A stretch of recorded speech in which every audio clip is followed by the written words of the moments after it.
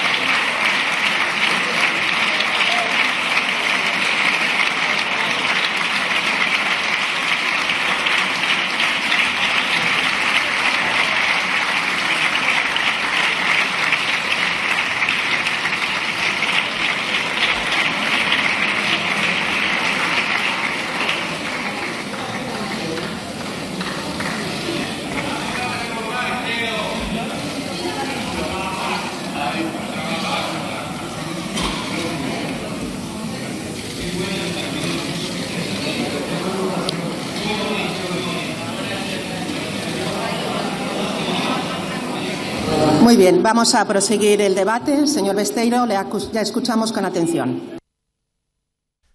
Bueno, pues decía la presidenta del Congreso de los Diputados que esto es el templo de la palabra.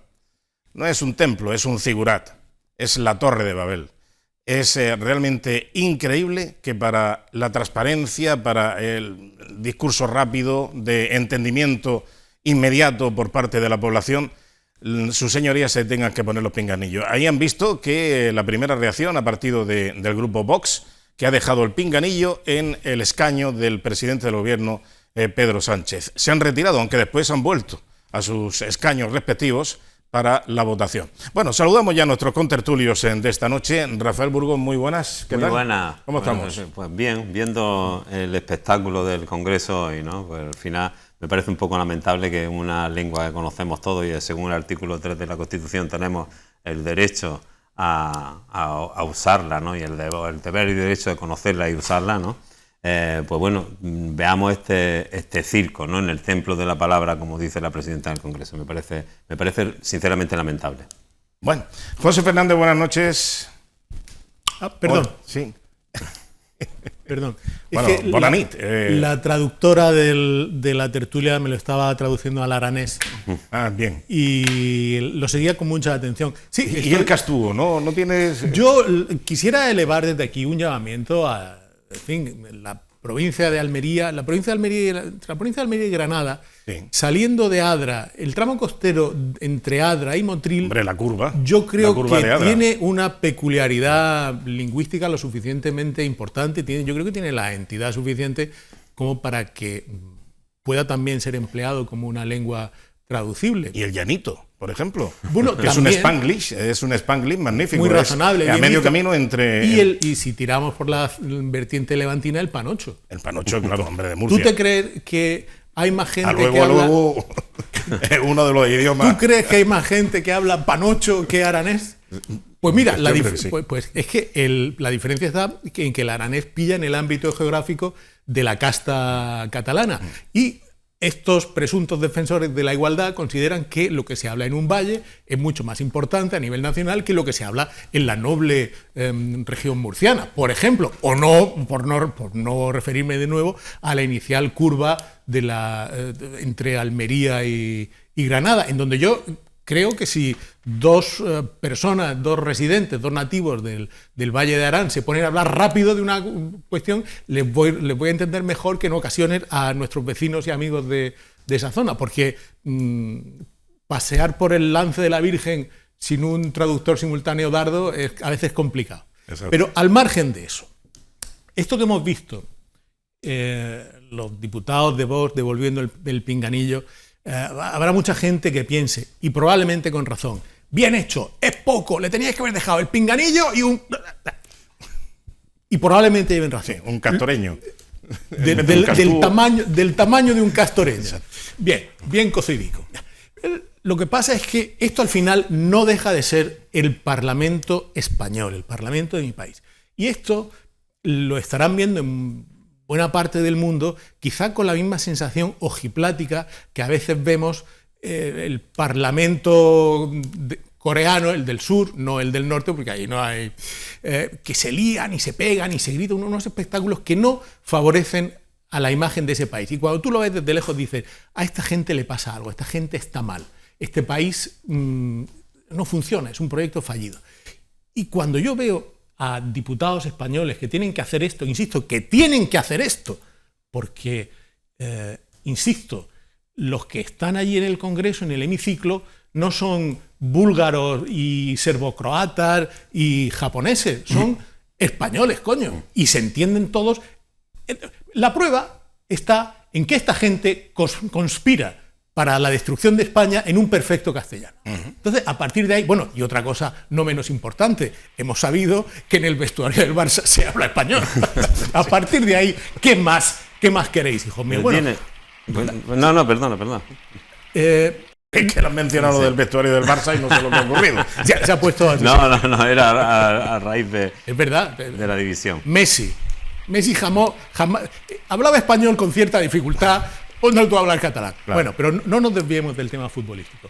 No somos conscientes en este país de la enorme suerte, del privilegio que supone poder contar con una herramienta de comunicación como el español. El español tiene una capacidad, una potencialidad de futuro para un país que es muy superior a cualquier invento, a cualquier aplicación. Y eso lo tenemos nosotros de una manera natural y gratuita. En Francia, que es nuestro país vecino, matarían por tener un idioma como el español. Y a pesar de eso, en Francia no se les ha ocurrido y jamás se les ocurrirá potenciar al sardo de tal manera que arrincone al francés. Jamás lo harán. Y además actúan con acierto haciéndolo así.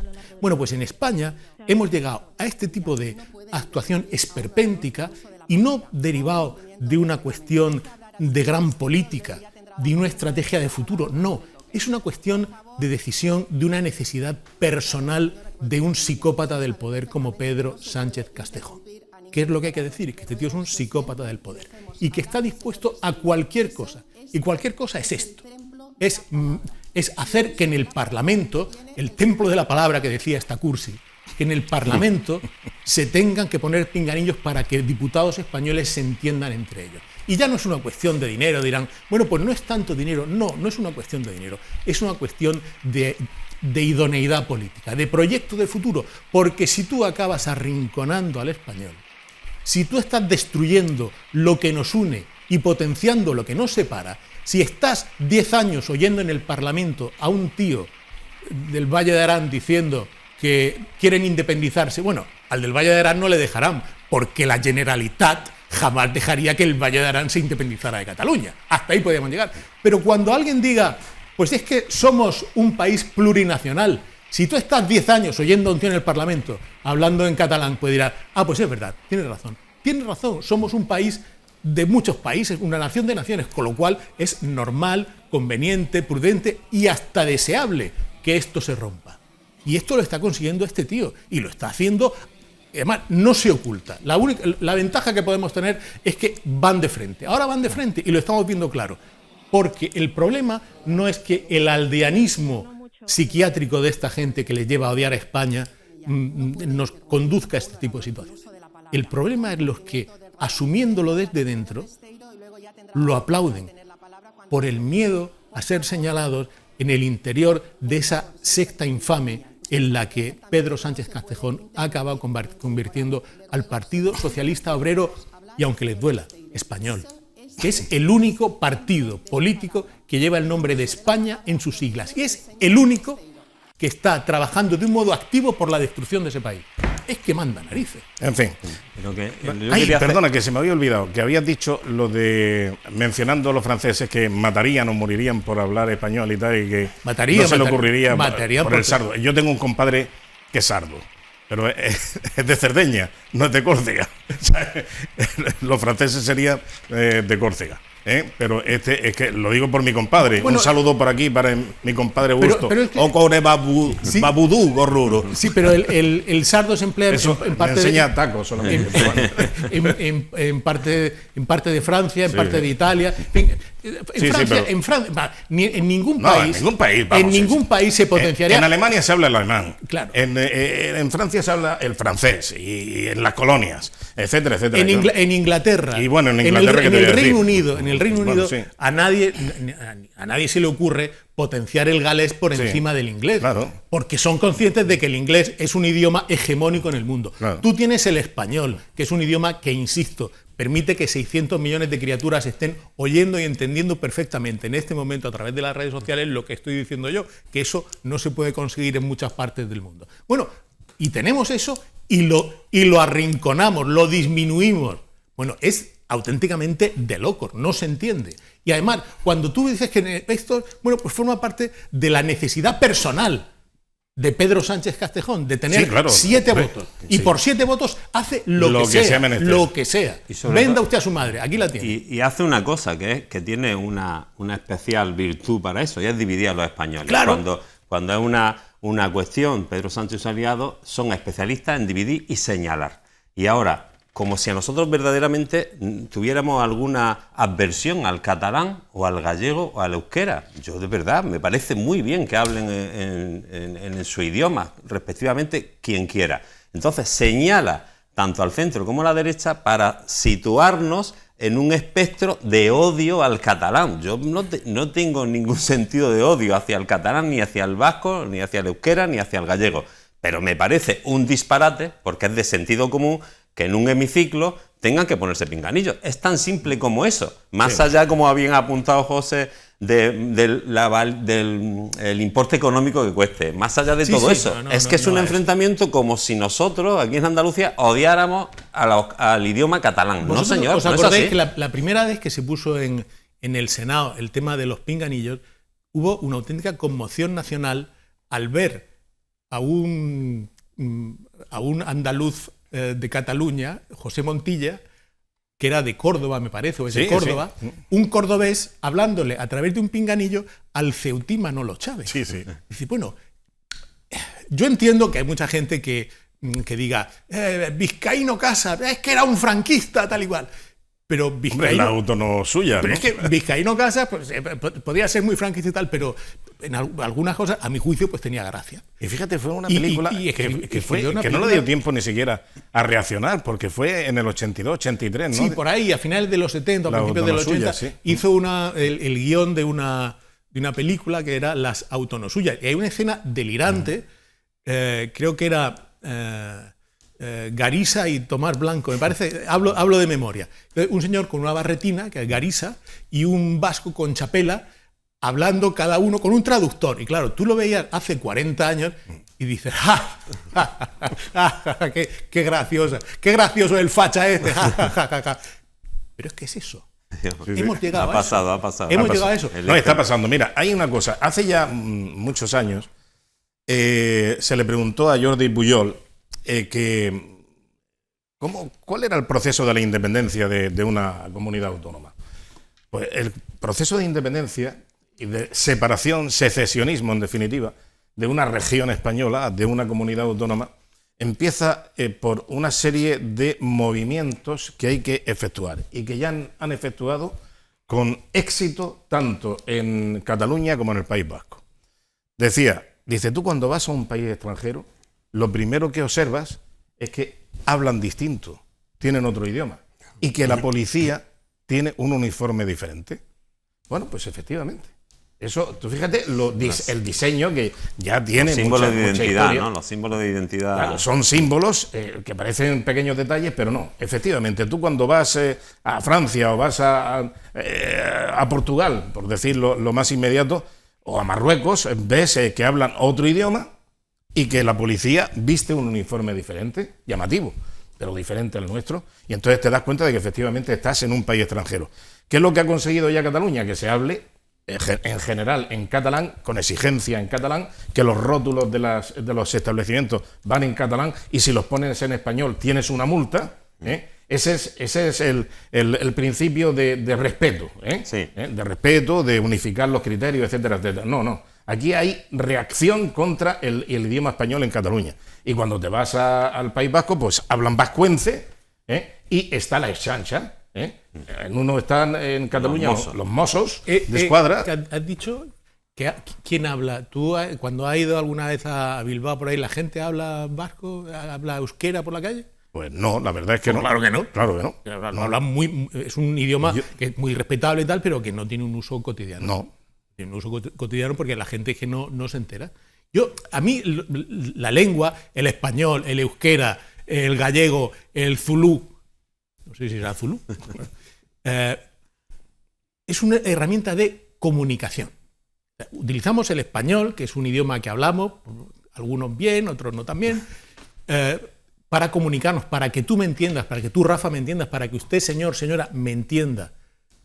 Nos comunicamos, nos acercamos al otro en la lengua. La lengua nunca debe ser una barrera. Y estos tíos, estos canallas, están haciendo lo posible para que la lengua sea una barrera más entre españoles. Sí. Una barrera más. Estos solo entienden para cobrar no hay ningún problema. El idioma universal del cobro ahí no se entiende. Es maravilloso. Pero tú te pones a hablar y entonces tú tienes que acercarte al otro, comunicarte y entenderte. Y además teniendo el idioma. Si es que hasta cuesta trabajo decirlo, cuesta trabajo explicarlo. Si un marciano aterrizara esta noche en la curva, de Adra. En la curva de Adra, y pusiera Interalmería, bueno, ahí no se ve. Diría, aquí no es la café. O sea, vámonos de este mundo que aquí no es la café. Comunicándose. Sí. No, vámonos de este planeta, porque este planeta son gilipollas. No hay ningún problema. Yo tengo además una curiosidad. Ya sabéis que el Partido Popular ha presentado estos días una moción pues para hacer que los políticos almerienses que cobran por representar al PSOE digan si están de acuerdo en que se pueda establecer una negociación o un proceso de amnistía que acabe facilitando una consulta que eventualmente permita que haya españoles de primera y españoles de segunda y que haya, por tanto, almerienses que tengan menos derecho y peor financiación que otro almeriense que viva, por ejemplo, en Tarrasa.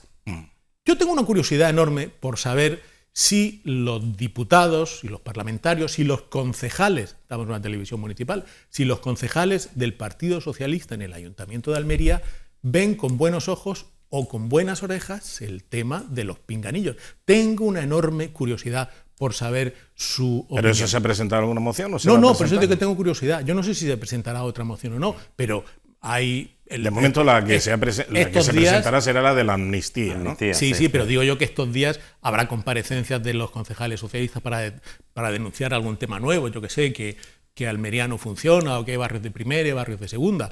En esas comparecencias supongo que habrá periodistas y yo como periodista tendría curiosidad por saber qué opina un concejal del tema de los pinganillos. Sí, me parece muy bien, José, pero también vamos al efecto práctico y sobre todo también al efecto hipócrita. Es decir, la hipocresía que muchas veces contrasta con estos gestos y con nuestras críticas. Estamos diciendo hay que ver y tal. Pero claro, ahí se ha reunido la mesa del Congreso y han decidido que esto se ponga en marcha hoy, sin todavía estar vigente la modificación. A toda prisa. O sea, se ha hecho, pero bueno, como experimento vale. De acuerdo, venga, vamos a hacer una prueba a ver cómo sale. Bueno, ya hemos visto ahí la procesión de Vox dejando los pinganillos, en fin, follón. Esto no tiene un porvenir, digamos, muy acertado, ni tiene una senda de eficacia que vayamos a ver en lo sucesivo. Pero, ¿y qué pasa en el Senado? En el Senado el Partido Popular tiene mayoría y, sin embargo, se hace esto. En el Senado se hace esto. El Senado se lleva haciendo ya tiempo, ¿no? Pues claro que se lleva haciendo tiempo, años, se lleva haciendo esto en el Senado. El Senado es una cámara de representación autonómica, sí. Una cámara más sentido autonómico. Tendría más sentido. De hecho, si tuviera el mismo sentido, se habría aplicado en el mismo momento en el Senado y en el Congreso de los Diputados. Del mismo modo que si esto fuera una preocupación real del país o una ventaja para la convivencia y el enriquecimiento cultural, pues Pedro Sánchez lo habría puesto en el programa electoral del PSOE. Claro, eso y la amnistía.